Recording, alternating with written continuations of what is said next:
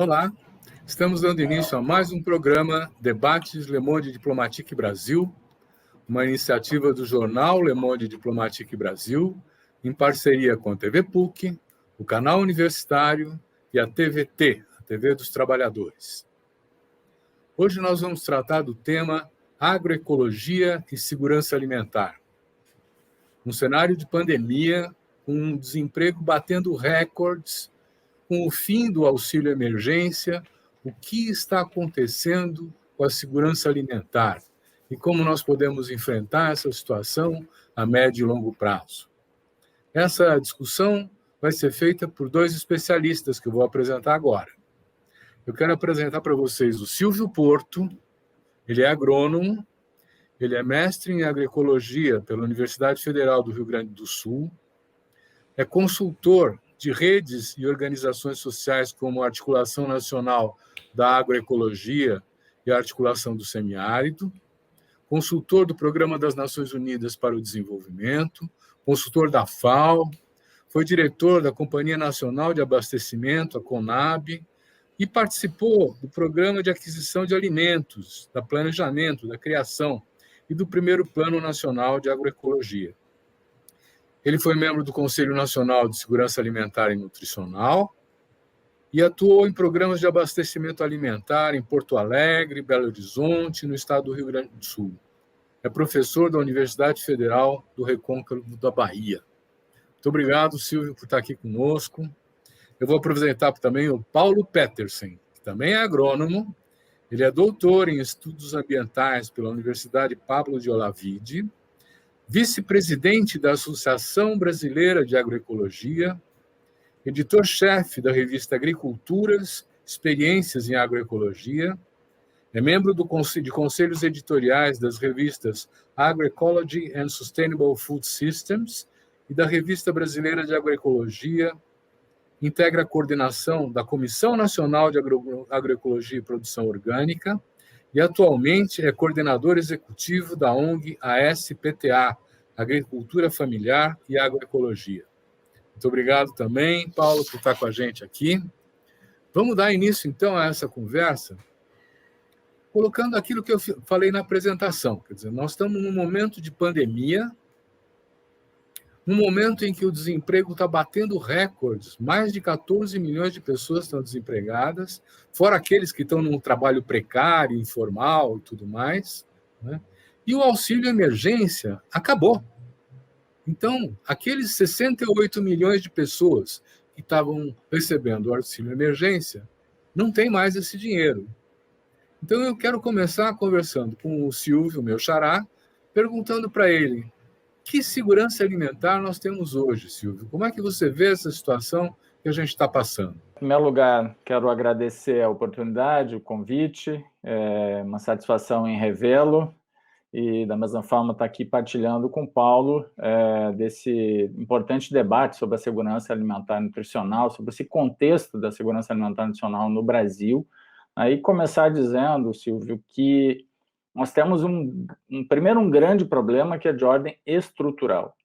O país sofreu uma grande mudança na sua agricultura nos últimos 20 anos, uma mudança para pior, né, porque, em geral, o que nós vemos é todos os anos uma narrativa de que o Brasil vai muito bem, obrigado, em relação à sua agropecuária.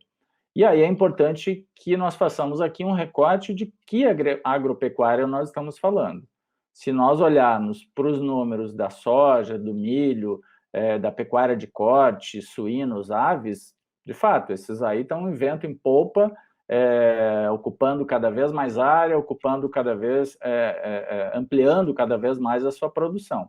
Mas se nós formos olhar para o mercado interno, se nós formos olhar para aquilo que efetivamente vem à mesa o que deveria ir à mesa de cada um de nós, brasileiros e brasileiras, a situação é dramática.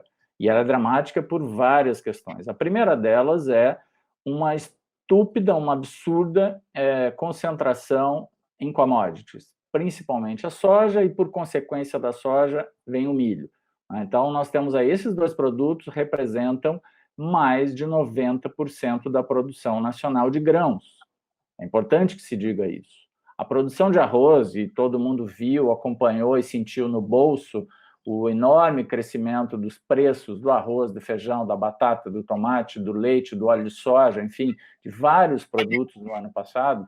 São 15% a inflação de alimentos, enquanto a inflação dos outros, do IPCA geral, do NPC em geral, foi de 4,5%, de alimentos foi 15%.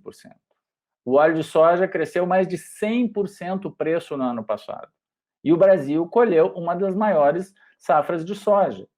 Por que isso acontece?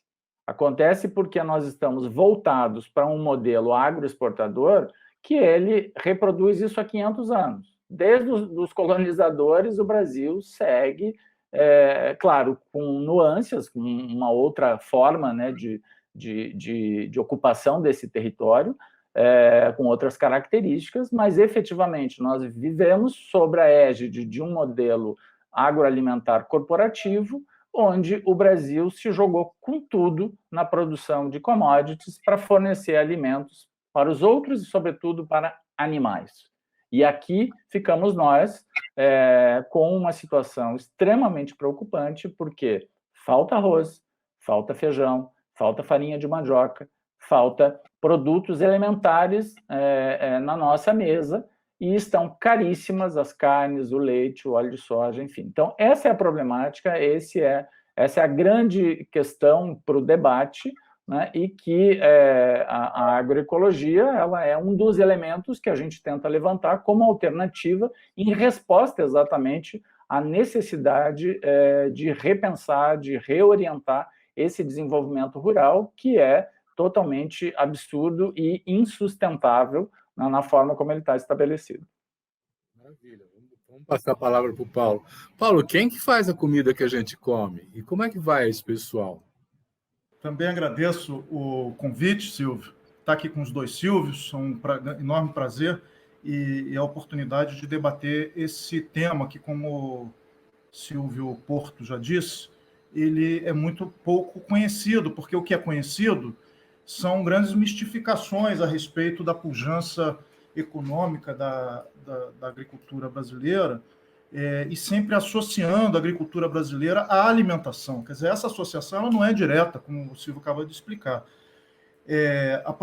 Falar de segurança alimentar e nutricional, quer dizer, são vários elementos, mas claramente uma das questões que precisa discutir é a produção de alimentos, propriamente, né? E essa vinculação, essa opção, que na verdade não é exclusividade do Brasil, mas essa concepção de desenvolvimento com base na globalização neoliberal, faz com que a economia do Brasil, isso particularmente desde aí do governo Fernando Henrique, claramente, mas isso veio de lá para cá se acentuando, inclusive passando pelos governos do PT, e agora acentua mais ainda, é uma visão de que a economia ela tem que estar... houve um processo de reprimarização e a agricultura foi convertida principalmente para ser a espécie de salvador, né, da safra econômica.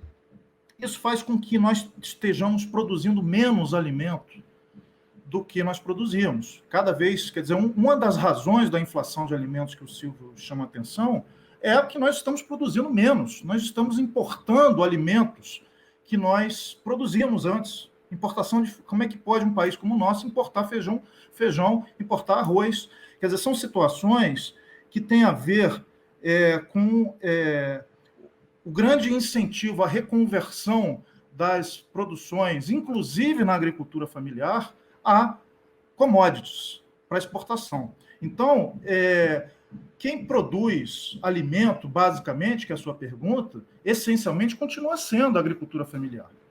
Alimento de consumo doméstico é a agricultura familiar. Ocorre que, também por equívocos na orientação das próprias políticas para a agricultura familiar, uma parte dessa agricultura familiar também virou produtora de commodities agrícolas.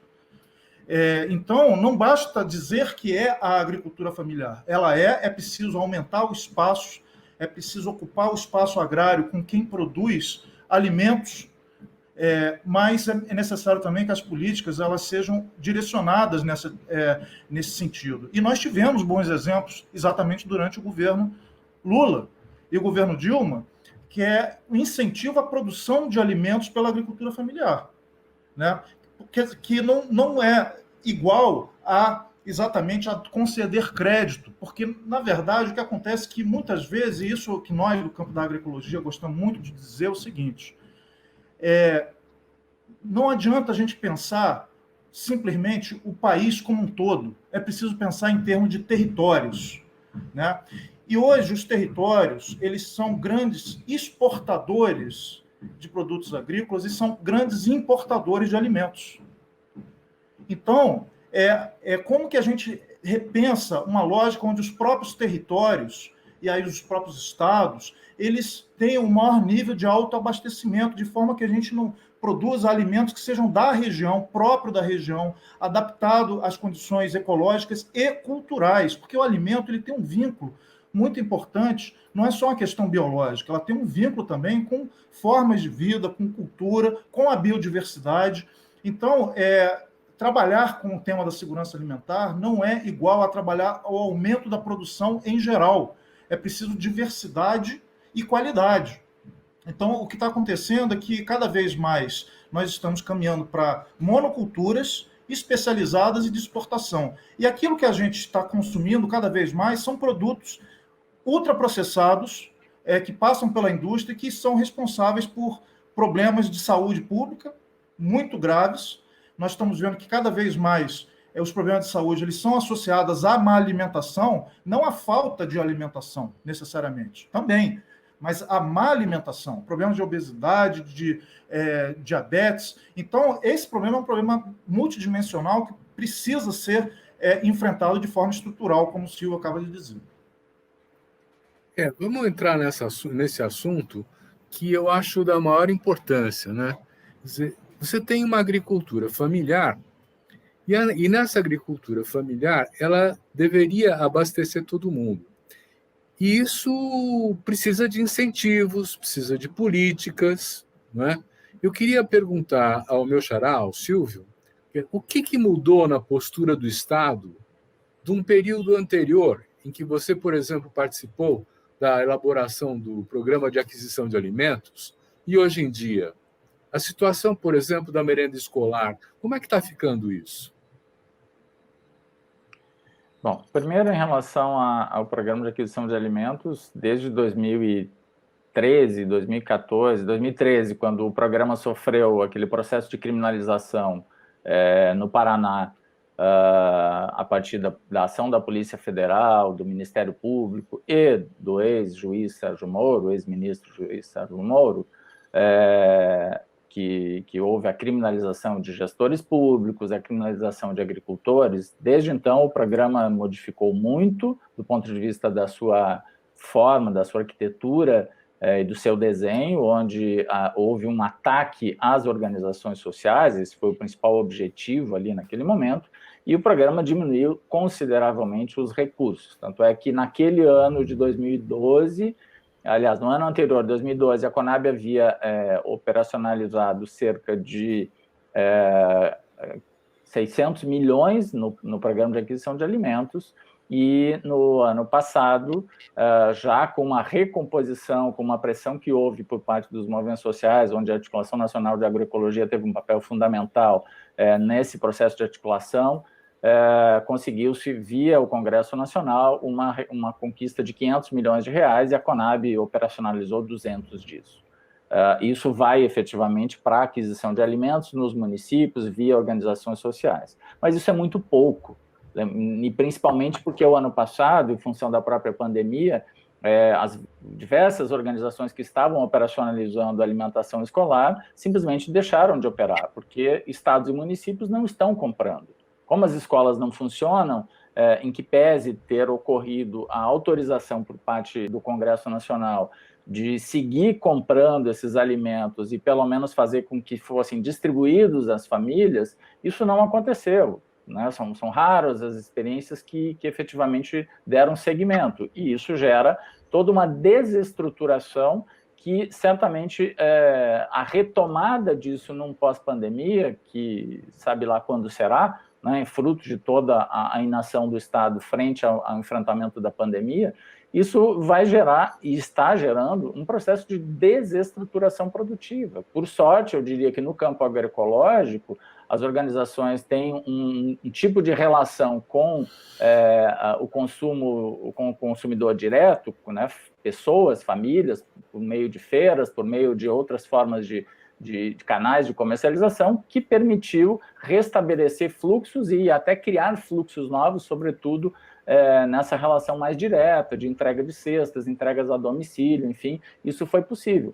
Mas isso nós estamos falando de uma parcela pequena de agricultores e agricultoras, porque efetivamente a grande massa, a grande maioria da agricultura familiar e camponesa que estava ou que tinha relação com os programas de aquisição de compras públicas, seja o PA, seja o PNAE, efetivamente perderam esse mercado, perderam essa alternativa, e isso desestrutura uma série de processos em níveis locais. Então, essa questão que o Paulo acentua, né, de que é crucial que o processo de reterritorialização, de olhar para o território, repensar o território numa perspectiva de soberania, numa perspectiva de autonomia alimentar, as compras públicas elas têm um papel de ativação de processos, elas exatamente garantem e fazem com que essas famílias produzam mais, diversifiquem a sua produção, se organizem do ponto de vista da produção e da sua organização social em associações, cooperativas e, portanto, vão se tornando sujeitos capazes de ocupar outros espaços de relação mais direta com os consumidores. E, infelizmente, Silvio, isso tudo está se perdendo porque efetivamente houve uma desestruturação daquilo que estava destinado a dialogar com a agricultura familiar e camponesa, e toda a área da agricultura familiar é um retrocesso de mais de 20 anos, porque ela volta para ser uma mera secretaria dentro do Ministério da Agricultura. Então, imagina, o Ministério da Agricultura, que tem uma agenda que está olhando só para fora, só para commodity, hoje passa a cuidar da reforma agrária, hoje passa a cuidar da agricultura familiar e camponesa, portanto, passa a não cuidar. Né? Significa um enorme retrocesso e uma falta de espaço de interlocução e um espaço de compor políticas que sejam capazes de efetivamente responder às necessidades que são enormes e cruciais para que efetivamente nós tenhamos uma outra relação, um outro patamar de relação na questão da alimentação nesse país. Muito bom. Vamos tratar de uma coisa que você trouxe agora. Você falou em ultraprocessados. Eu, de fato, não sei o que é isso, né? Mas se você puder fazer o contraponto, é bom ter ultraprocessados, porque eu me lembro que na merenda escolar, por exemplo, havia todo um esforço de botar o hortifruti grangeiros, coisas assim naturais, que eram mais nutritivas, e agora parece que o desenho é comprar coisa industrializada para pôr lá. Você quer fazer uma comparação? O que é uma alimentação saudável e por que você não gosta muito do ultraprocessado? Essa é uma questão chave que, inclusive, ajuda a explicar muito do que está se passando hoje nos sistemas alimentares no mundo inteiro, que também não é uma exclusividade do Brasil. Essa categoria ultraprocessada, inclusive, a gente deve a um grupo de pesquisa brasileiro, da USP, que propôs uma nova forma de classificação dos alimentos, porque até então, quer dizer, o que continua dominando é um sistema de classificação dos alimentos pela sua composição nutricional. Então, você termina, quer dizer, um processo, qualquer tipo de alimento, você vai vendo o que compõe ali dentro, e quando você vai no supermercado, em qualquer lugar comprar, você vê lá, tem aquele triângulozinho. O que eles dizem, e que está se afirmando em políticas públicas em vários lugares, é que os alimentos, na verdade, eles têm que ser classificados segundo o seu grau de processamento. Né? Se ele na verdade, um alimento natural, saído da natureza, pouco processado, e o ultraprocessado, que particularmente é uma coisa que não existe na natureza. Quer dizer, você, por exemplo, colher a soja, você desmonta a soja, o milho, você tira os açúcares e produz uma massa que é uma coisa absolutamente intragável, ninguém come aquele negócio, mas aí você começa a colocar os aditivos, edulcorantes, corantes, e produz algo que sequer você poderia chamar de alimento. Agora, isso tem uma vantagem para a indústria muito grande, porque ele consegue produzir a preços muito baixos.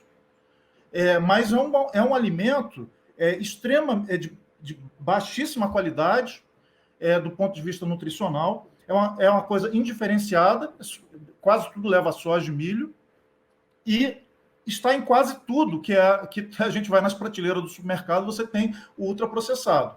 Então, isso, do ponto de vista da economia de escala, do agronegócio, é uma grande vantagem, porque você, com poucos produtos, né, poucas matérias-primas, você consegue oferecer um leque grande de porcarias, né, que se chama, quer dizer, comida basura, né, como se chama no espanhol, comida lixo ou tranqueira, como o povo tem chamado aí. Mas por quê? Porque esse tipo de alimentação ela é muito vantajosa, mas do ponto de vista nutricional e da saúde, ele é péssimo, porque você, ao mesmo tempo, é cheio de sal, né, gorduras, né, então você acha que está se alimentando e não está se alimentando.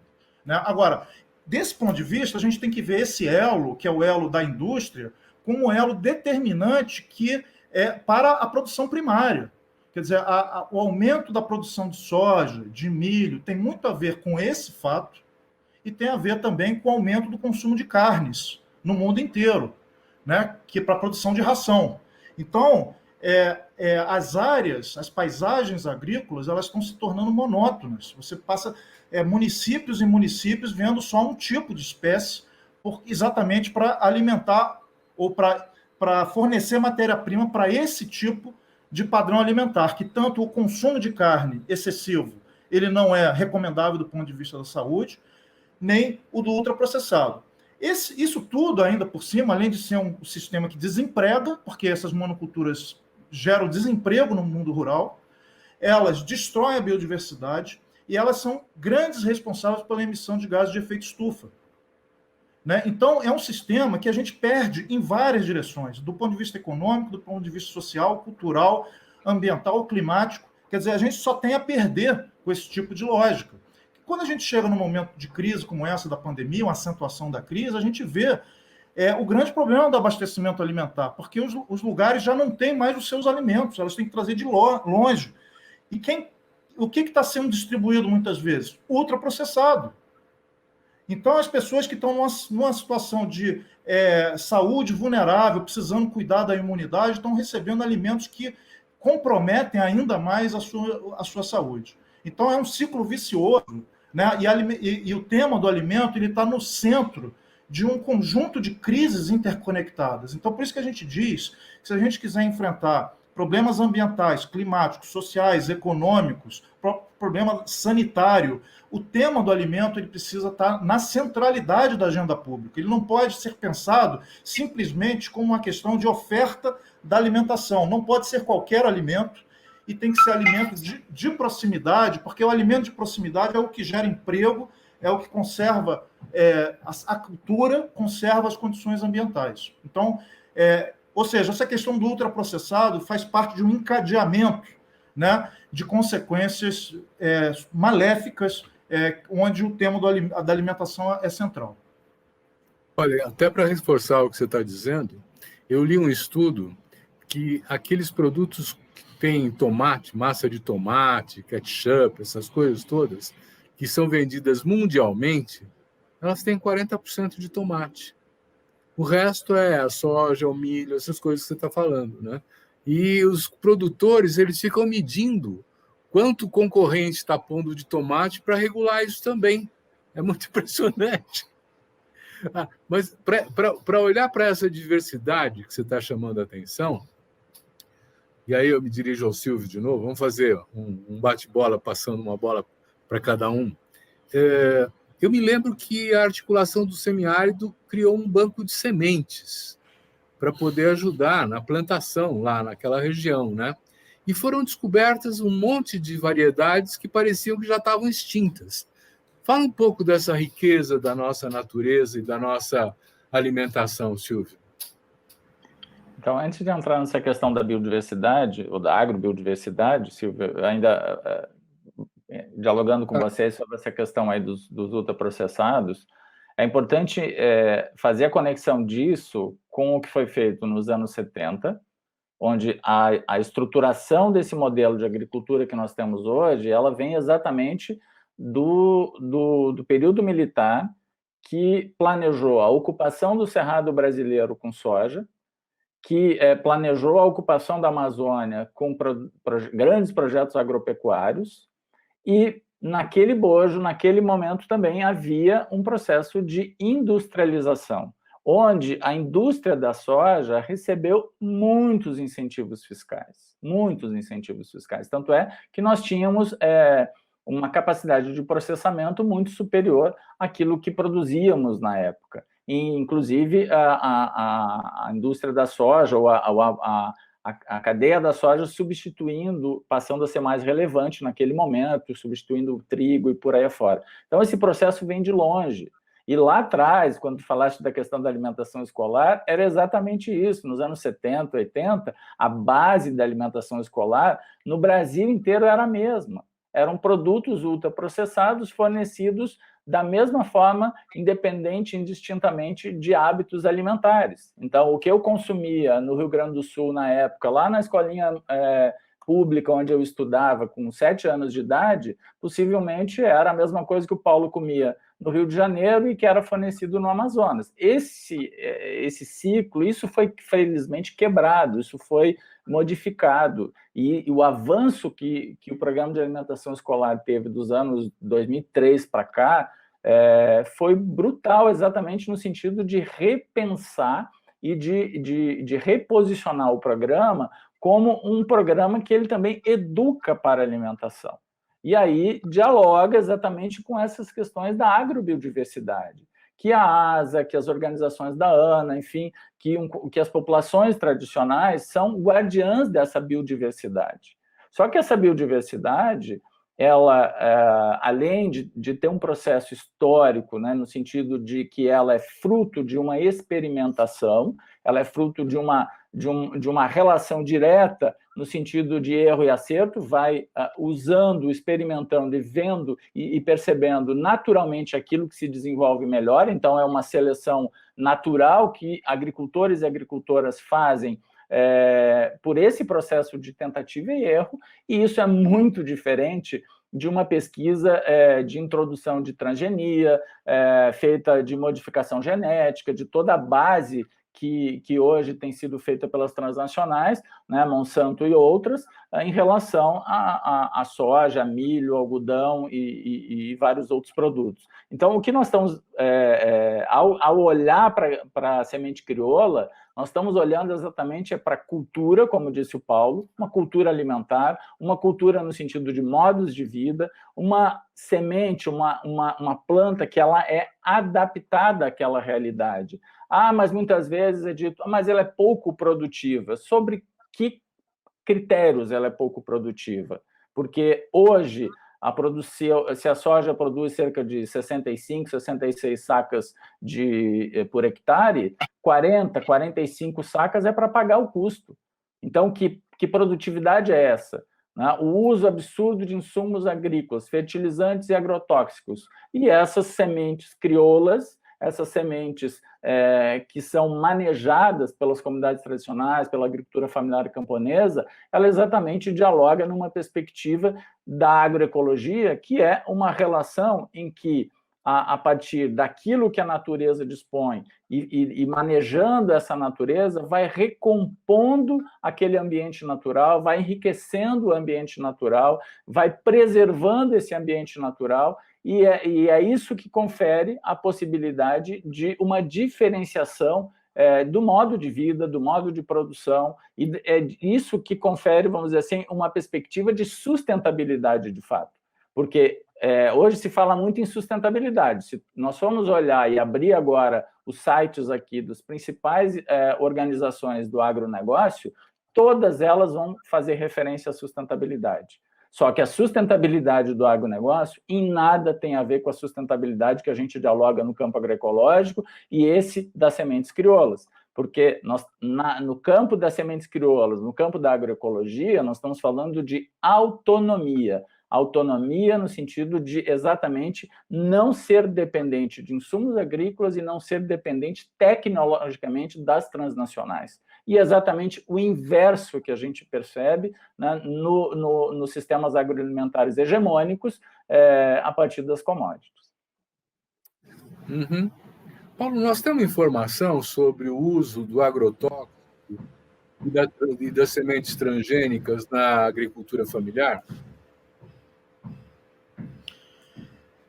O Brasil, a gente vai carregando já há alguns anos esse nada honroso título, né, de campeão mundial de consumo de agrotóxicos. Isso está muito associado a tudo isso que nós estamos falando aqui, né, que é exatamente a simplificação das paisagens com monoculturas, que vão exatamente tornando os cultivos muito mais vulneráveis, né, ao aparecimento de micro-organismos, insetos que são considerados praga. Então, esse tipo de lógica de agricultura, de organização da paisagem agrícola, é a principal responsável pelo consumo de agroquímicos. Quer dizer, na verdade, é um permanente correr contra a natureza, porque o que a natureza faz é buscar, reconstruir o equilíbrio, né? Quer dizer, nós partimos de um ecossistema super diversificado, com floresta, nós tiramos aquela floresta e queremos botar soja. Isso você faz por 1 ano, 2 anos, daqui a pouco o solo começa a degradar e começa a surgir as condições para o aparecimento daquilo que se chama praga.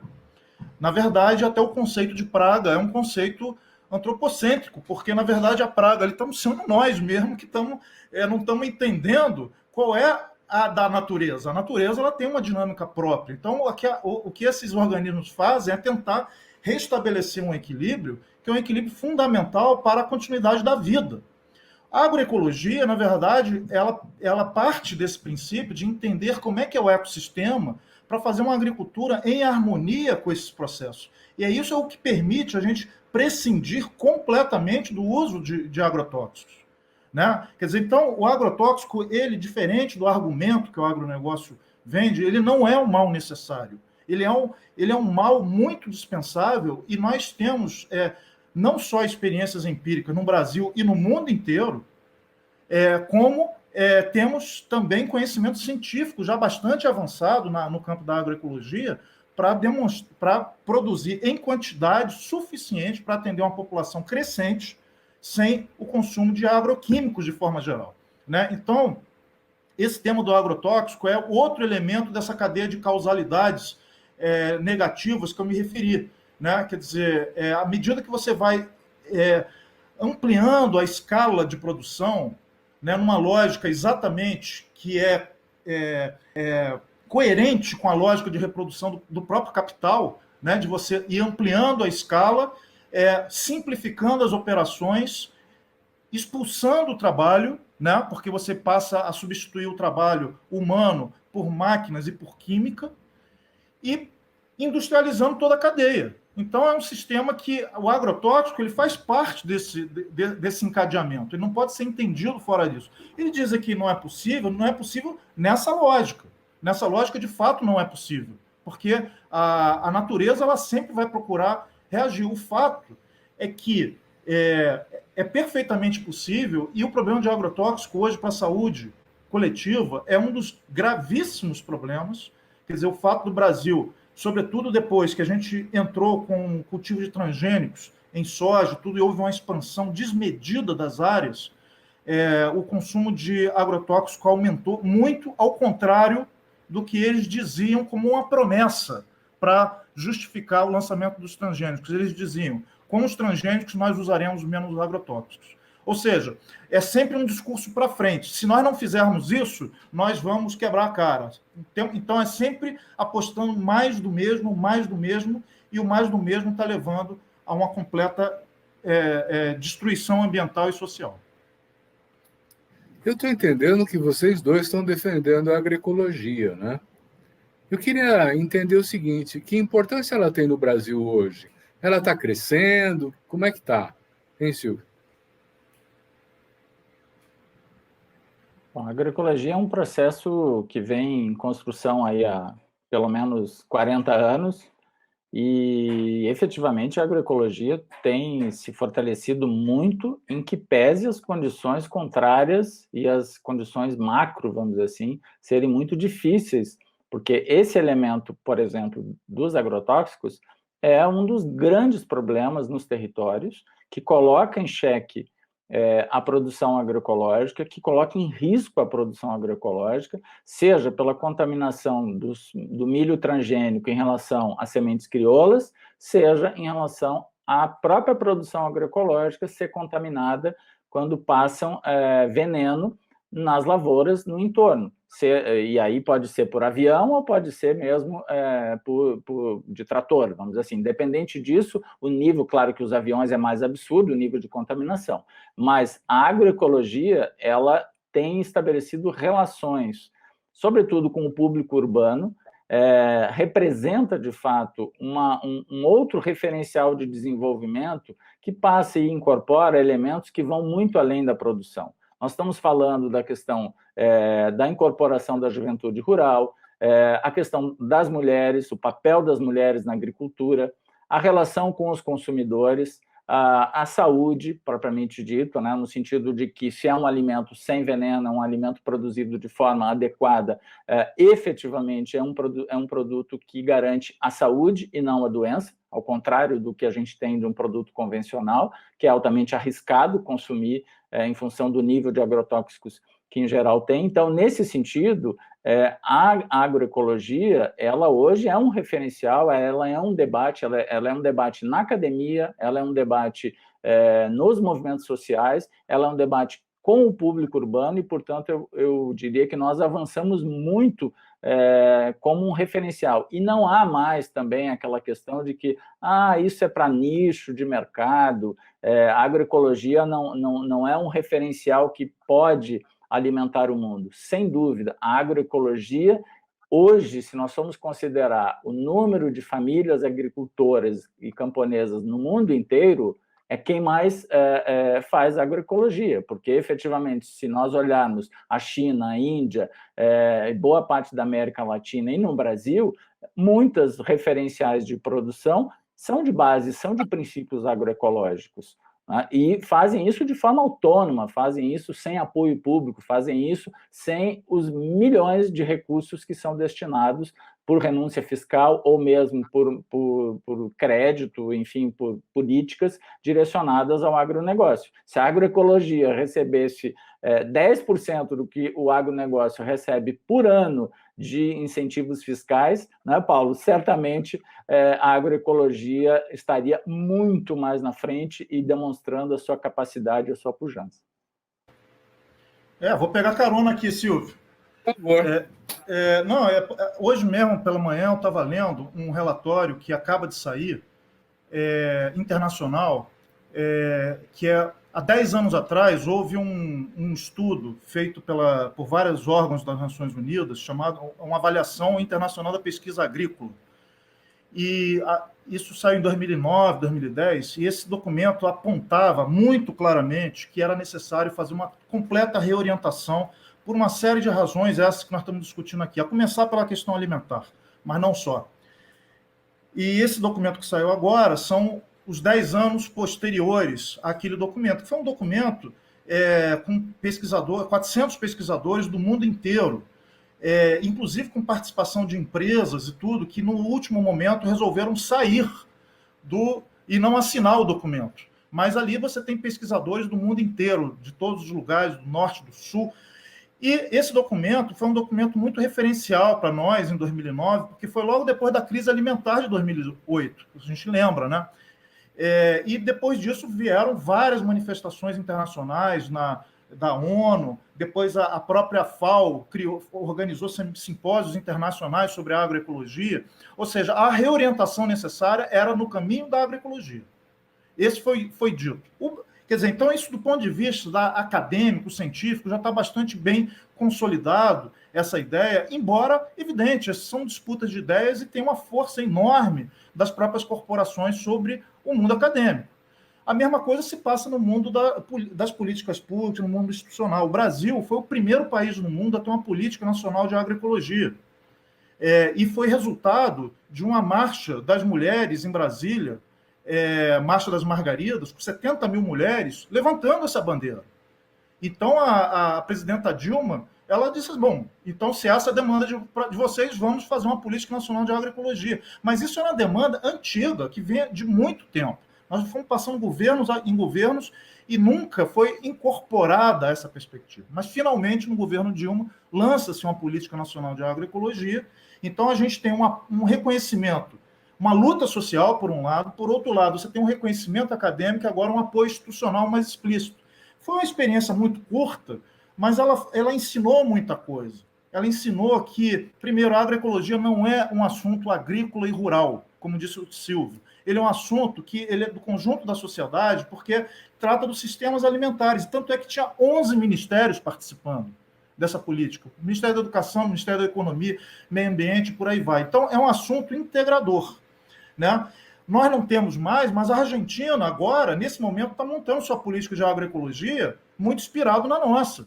Está toda hora buscando. Na Colômbia já tentaram começar, mas agora também já perderam. Ou seja, esse é um debate do mundo inteiro, né? Infelizmente, nossas condições aqui no Brasil, nesse momento, ao nível federal, mas no nível dos municípios, eu queria deixar isso, que é muito importante entender que nós fizemos ano passado um levantamento para as eleições municipais de iniciativas de prefeituras de apoio à agroecologia. Em 2 meses, nós levantamos mais de 700 políticas públicas pelo Brasil afora. Inclusive, está no nosso site da Articulação Nacional de Agroecologia, mostrando que as prefeituras podem fazer muito. E nós estamos num momento de uma disputa política que eu diria que os partidos de esquerda deveriam, nesse momento, se colocar como desafio de fazer as melhores prefeituras da sua história, para realmente fazer um enfrentamento político a partir de coisas muito concretas. Esse tema da alimentação e de reconstruir, as prefeituras podem fazer muito, mas parece que isso está fora do horizonte, do debate, até do mundo de esquerda. Quer dizer, mas como é que faz isso? Vão dizer, as prefeituras não têm recurso. O principal recurso que precisa para isso é a associação com a sociedade civil. Quer dizer, não existe construção da agroecologia simplesmente a partir de uma iniciativa isolada dos governos. E a sociedade civil está ativa nos territórios, nos municípios, construindo alternativas em busca de um pouco de apoio para fazer uma feira, um pouco de crédito, um pouco de assistência técnica. Às vezes, um pouco se faz muito. É o que o Silvio está falando. O problema é que não tem nada, não tem reconhecimento. Então, o pouco que foi investido nos governos no campo do PAA, do PNAE, porque foi muito pouco, mas os resultados foram muito expressivos, né? Então, é um pouco esse sentido, não cabe mais colocar em dúvida se a agroecologia é ou não é um caminho. Eu acho que isso já é um consenso. Quem não deixa que esse consenso se estabeleça, se institucionalize, são as forças do agronegócio. Olha, eu estou ficando curioso, acho que os nossos telespectadores também, o que tem que ter um plano nacional de agroecologia, não é? O Silvio, você participou da elaboração de um plano desse, né? Então, conta para a gente um pouco, quais são os componentes de um plano nacional de agroecologia? Bom, eu diria que mais do que eu, o Paulo aqui é quem coordenou esse processo, né, pelas organizações da sociedade civil. Eu diria que as maiores dificuldades que nós encontramos naquele momento do debate da construção da Política Nacional de Agroecologia é o enfrentamento à mudança estrutural. Esse é o grande problema. Porque, de fato, por exemplo, e naquele momento discutia-se a necessidade de criar territórios livres de transgênicos e agrotóxicos. Esse era um elemento colocado na mesa. E, portanto, é crucial que isso fosse implementado, isso fosse bancado politicamente. A outra questão, reforma agrária. Nós temos 2,5 milhões de estabelecimentos, ou seja, metade dos estabelecimentos, Silvio, do Brasil, estabelecimentos rurais do Brasil, tem menos de 10 hectares. A agricultura familiar e camponesa tem menos de 1/4 da terra dos estabelecimentos rurais. E a área dos estabelecimentos rurais de 2006 para 2017 cresceu mais do que o estado do Acre, 17 milhões de hectares, onde basicamente foi soja no Mato Grosso e pastagem no Pará. Ou seja, se nós não tivermos as premissas colocadas de que o território é o locus, é o foco do planejamento, de que a agricultura familiar e camponesa é a base dessa estrutura, e de que o alimento é o que conduz, é o que orienta as principais diretrizes, nós não conseguiremos fazer um bom planejamento, um bom plano, uma boa ação ou um conjunto de ações para a agroecologia, porque efetivamente é isso. Não dá para fazer isso com a soja ocupando 38 milhões de hectares, com 170 milhões de hectares de pastagem e com veneno sendo jogado por aviões no Brasil inteiro. Só para finalizar, nós temos por ano, o equivalente a 2 territórios brasileiros, a 2 territórios nacionais, encharcado de veneno, considerando o volume de agrotóxicos que é lançado anualmente nos ciclos agrícolas. Anualmente, nós temos 2 Brasis sendo encharcados de veneno. Isso é um dado da indústria de agrotóxicos, não sou eu que estou dizendo.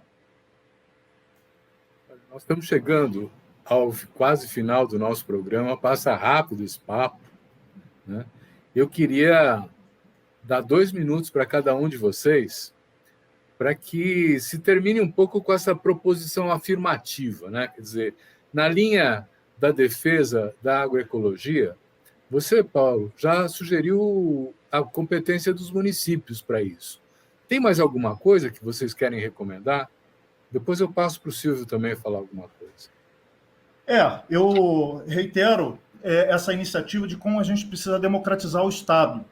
Isso significa reconhecer o papel que a sociedade civil e as formas de auto-organização nesse campo da alimentação é muito importante. Ano passado, um conjunto de organizações da sociedade civil fez um levantamento que a gente chamou de ação coletiva, comida de verdade, aprendizados em tempo de pandemia, levantando experiências do que a gente chamou de redes solidárias de abastecimento no Brasil inteiro. Foram experiências extremamente interessantes, urbanas e rurais, inclusive porque também a gente tem que pensar que a cidade também produz alimento, tem muita experiência de agricultura urbana. E mostra que, assim, às vezes, situações extremamente precárias, existe uma criatividade muito grande de ocupação dos espaços, de organização da distribuição. Ou seja, esse potencial nós temos, né? Nós temos uma cultura muito pujante, temos demandas. O que falta é o reconhecimento exatamente dessas capacidades. Eu acho que qualquer política pública, não é só no campo da alimentação, ou vai dialogar com essas capacidades culturais de organização que nós temos, e não é pequena, ou ela vai continuar na lógica meio tecnocrática de tentar fazer de cima para baixo. Eu acho que, talvez, por mais que a gente tenha avançado pouco na política de agroecologia, mas teve exemplos muito interessantes, que não vai ter tempo de desenvolver aqui, e que se nós tivéssemos mais tempo e um governo aberto ao diálogo com a sociedade, nós avançaríamos muito. Essa chance chegará de novo. Muito bom. Então, Silvio.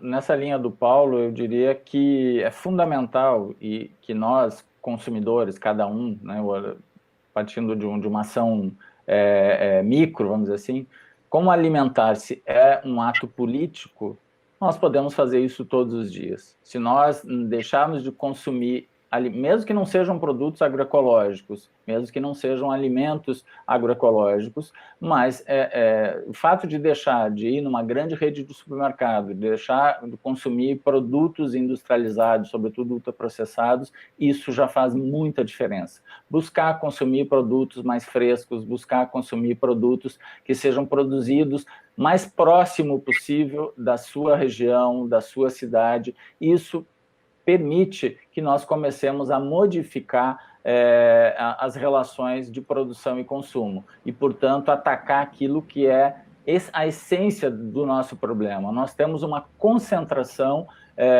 de corporações e nós precisamos quebrar esse poder, e esse poder se dá por uma ação política. E ela, nesse sentido, é o que a gente pode fazer do ponto de vista micro, e também a partir da própria universidade. Eu acho que a gente tem um papel aí público a cumprir, no sentido de validar, de reforçar as experiências agroecológicas, as experiências do campo popular e democrático, e nesse sentido eu acho que esse é um papel que a universidade pública também tem a cumprir, e nós temos sempre tentado fazer isso aqui no Recôncavo Baiano a partir da UFRB. Obrigado. Muito bom. Eu fiquei muito satisfeito com a nossa conversa. Eu quero agradecer muito ao Silvio Porto e ao Paulo Petersen terem se disposto a participar. Quero agradecer também a você que nos assistiu e dizer que semana que vem tem mais. Até mais.